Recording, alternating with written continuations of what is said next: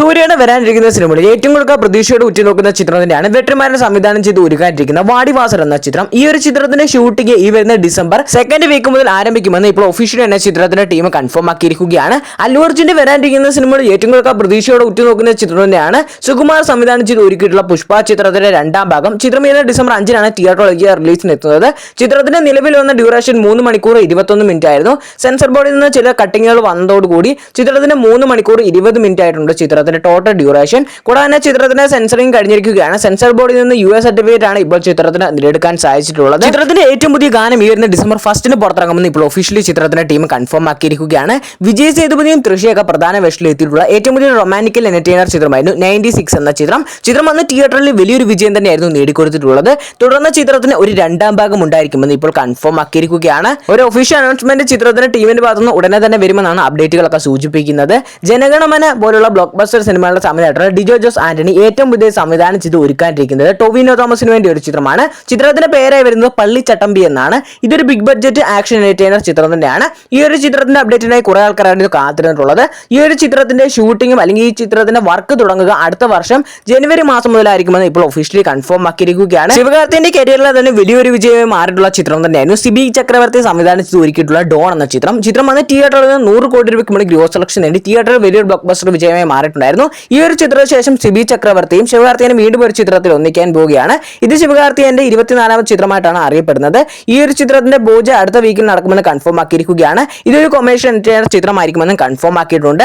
ലാലേട്ടൻ നെഗിനെ പുറത്തിറങ്ങാനിരിക്കുന്ന ഏറ്റവും പുതിയൊരു family entertainer ചിത്രമാണ് തുടരും എന്ന ചിത്രം. നേരത്തെ ഒരു അപ്ഡേറ്റ് വീഡിയോ ഞാൻ നിങ്ങളോട് പറഞ്ഞിട്ടുണ്ടായിരുന്നു. ഈ ഒരു ചിത്രത്തിന്റെ റിലീസ് ജനുവരി 30 വരെയുള്ള ചാൻസ് ഉണ്ടെന്ന്. ആ ഒരു കാര്യം ഇപ്പോൾ ഒഫീഷ്യലി കൺഫേം ആക്കിയിട്ടുണ്ട്.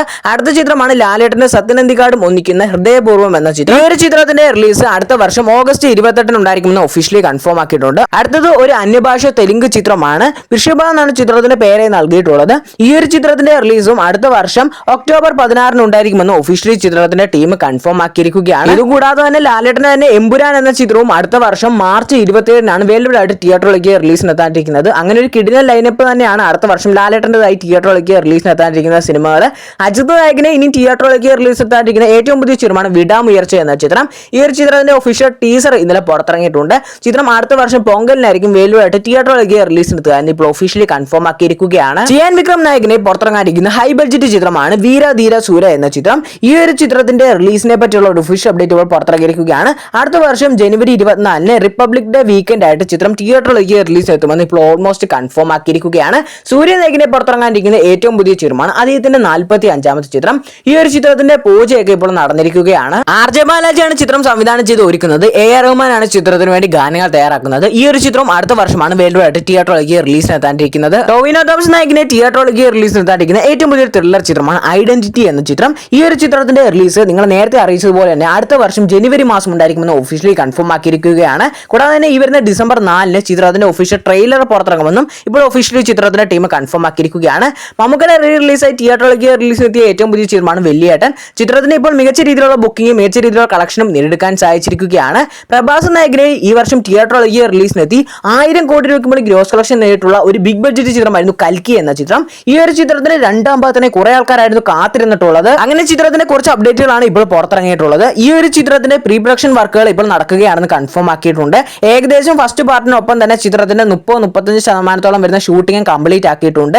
ഈ ഒരു ചിത്രം ഏകദേശം 5 പാർട്ടുകളിലായിട്ട് റിലീസിന് എത്തിക്കാൻ പ്ലാൻ ചെയ്യുന്നുണ്ടെന്നാണ് ഇപ്പോൾ ലേറ്റസ്റ്റ് ആയിട്ട് കേൾക്കുന്ന ഒരു റൂമർ സൂചിപ്പിക്കുന്നത്. ഈ ഒരു കാര്യം ജസ്റ്റ് റൂമർ മാത്രമാണ്, ഒഫീഷ്യലി എവിടെയും കൺഫേം ആക്കിയിട്ടില്ല. ഒരു ഒഫീഷ്യൽ കൺഫർമേഷൻ ഉടനെ തന്നെ പുറത്തിറങ്ങുമെന്ന് ഇപ്പോൾ ഒഫീഷ്യലി തന്നെ ചിത്രത്തിന്റെ ടീം കൺഫേം ആക്കിയിരിക്കുകയാണ്. സൂര്യൻ നായകനെ തിയേറ്ററിലേക്ക് റിലീസിനെത്തിയുള്ള ബിഗ് ബഡ്ജറ്റ് ചിത്രമായിരുന്നു കങ്കുവ എന്ന ചിത്രം. ഈ ഒരു ചിത്രം തിയേറ്ററിൽ വേണ്ടത്ര വലിയ വിജയം ഒന്നും ആകാൻ സാധിച്ചില്ല. കാരണം ചിത്രത്തിന് ഏകദേശം 350 കോടി രൂപയോളം ബഡ്ജറ്റായി വന്നിട്ടുണ്ടായിരുന്നു.